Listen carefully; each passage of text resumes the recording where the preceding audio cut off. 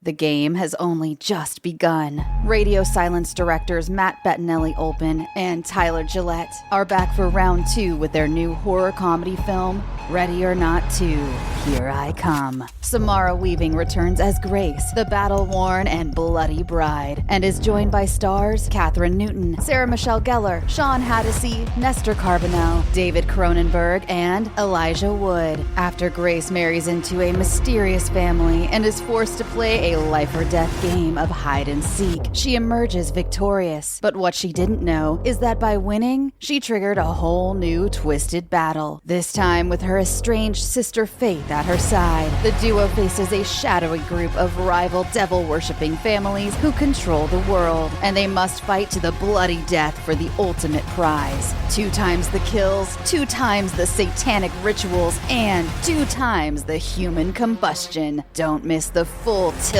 insanity, Ready or Not 2, Here I Come, when it hits theaters March 20th. Hello everyone. The clip you're about to hear is from one of our exclusive Patreon episodes, and just like all of our other episodes, it will include major spoilers. You've officially been warned. If you'd like to hear the episode in full, just head on over to patreon.com/horrorqueers and subscribe today to get hundreds of hours of exclusive Patreon content, all for just $10 or less. Without further ado, here is your Patreon clip. But yeah, so they're spending the night at the Mocker House Experience, and in here we have things like stab posters, placards about the deaths from specifically Scream 1 and 5, as well as really obvious, I mean, I did kind of love this touch, so Instagram-ready chalk outlines on the ground where you can pose and take a selfie and all this other kind of stuff. Yeah, I love it. Yeah, it's pretty clever. It's amusing. So it's here that the film begins to float this pervasive fan theory that Stu survived the events of 30 years ago. So we actually get to see the TV over, the chalk outline, and it's really a lot of Scott saying like, oh yeah, there's speculation that maybe Stu didn't actually die, and so on. So, okay, just as a concept, because the Stu being alive conspiracy theory has been around in the real world Scream fandom for several years. It's since Scream 2 because you can see Matthew Lillard in the crowd at one of the murder scenes. And of course he was there because he knew Wes Craven. He was still friends with all the cast. So this was meant to be like fun, but then people have turned this into, oh, Stu didn't actually die. He's still alive in the cinematic universe. Right. But in the world of the film, that theory has never been vocalized. And No. I will admit, while I can buy into this, it is a little bit like, oh, really? Like this feels like a retcon to me.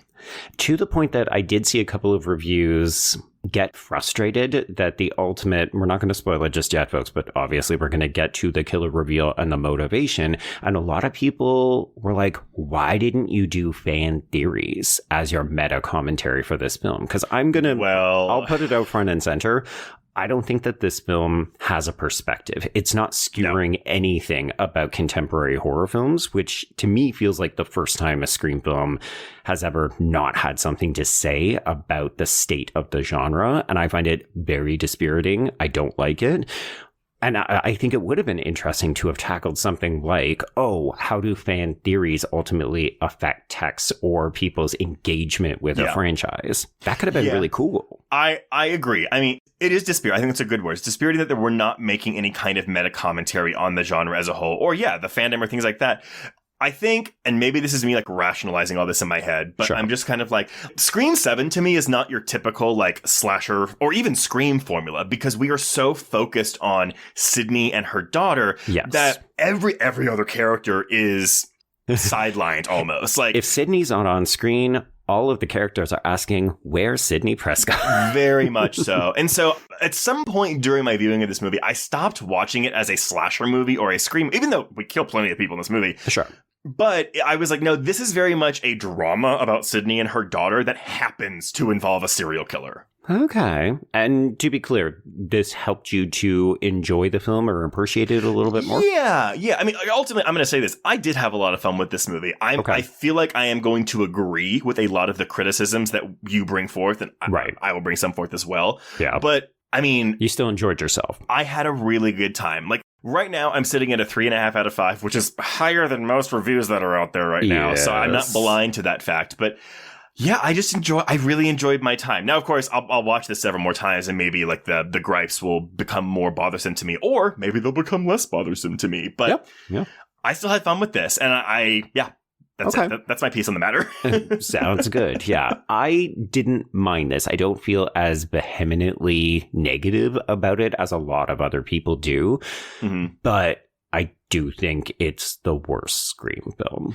Yeah, I saw a review that said there's not a bad Scream film, but this one's definitely the worst. And I'm inclined to agree. But again, I just keep thinking, well, a lot of the things people are saying about this movie, like, this feels like one of the Stab films the movie is parodying. Like, those were comments lobbied against Scream 3 when it came out 26 years ago. This is true. Yeah. I guess the vantage point of the franchise going on so long and presumably continuing into the future with additional installments is that we do have a tendency to reevaluate the criticisms that we had about prior texts, because I feel like since 3, nearly every single one of these has had a pretty vocal group of naysayers who say, oh, it's just not as good. Like, this isn't my Scream. These aren't my characters.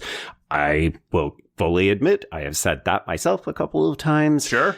And I mean, it's going to happen with a long-running franchise. And part of this is, do we evolve with the franchise, or do we try to resist it, or do we just say, not everyone is going to hit? Because when you make 7 movies, they're not all going to be bangers. Well, and God, I'm just like making excuses here, but it's kind of the thing where I'm like, yeah, you know what? If we get our first meh entry 7 films into this franchise, that's a pretty good batting average. And also, given the behind-the-scenes drama, am I surprised that this is the weakest Scream film? Not particularly. Yeah.